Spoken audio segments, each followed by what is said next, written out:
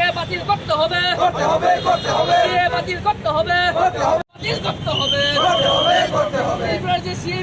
যাবে না,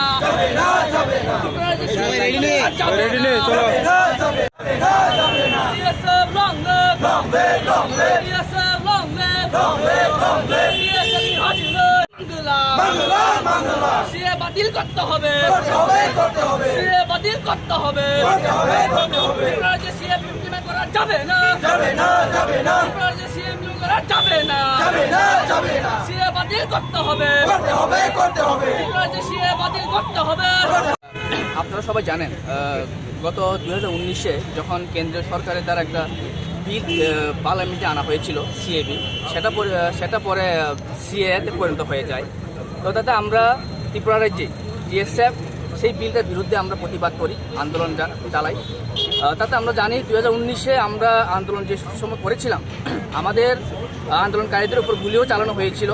সো আপনারা সবাই জানেন গতকালকে যে ইন্ডিয়ান গভর্নমেন্টের পক্ষ থেকে একটা ডকুমেন্টারি একটা পাবলিশ করা হয়েছিল, যেটা ত্রিপুরা ইন্ডিয়ার মধ্যে সিএ ইমপ্লিমেন্ট করার জন্য। সো আমরা চাই ত্রিপুরা রাজ্যে এই সিএটা ইমপ্লিমেন্ট না হোক, এবং সেই ডকুমেন্টটাকে আমরা ইন্ডিয়ান গভর্নমেন্ট এবং ত্রিপুরা সরকারকে আমরা সেটাই বার্তা দিতে চাই যে এই বিলের আমরা সমর্থন করতে পারি না এবং সেটা আমরা বিরোধিতা করি। তার জন্য সেই ডকুমেন্ট পাবলিশ করেছিল সেটা আমরা পুড়িয়েছি। তারপরেও যদি ভারত সরকার এই বিলকে লাগু করে তাহলে আপনাদের পরবর্তী পদক্ষেপ কী থাকবে? দেখুন, আমরা তো গণতন্ত্রে, আমরা ডেমোক্রেটিক কান্ট্রিতে বসবাস করি। পরবর্তী সময় যদি আমরা যাই স্টেপ নিই, আমরা গণতন্ত্রকে সম্মান দিয়ে ডেমোক্রেটিক আন্ডারে থাকি আমরা আন্দোলন করে যাব। তো আমরা আমাদের এটাই বার্তা থাকবে যে কেন্দ্রীয় সরকার এবং ত্রিপুরা সরকার যাতে এই আওয়াজটা শুনে এবং আমাদের এই দাবিগুলো।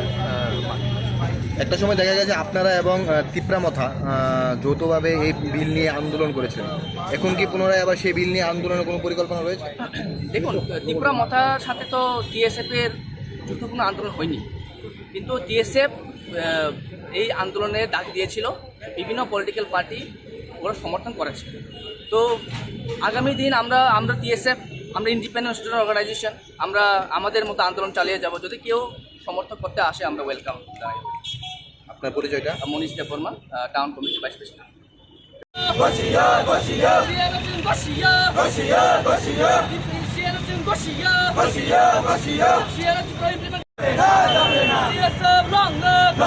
Long live!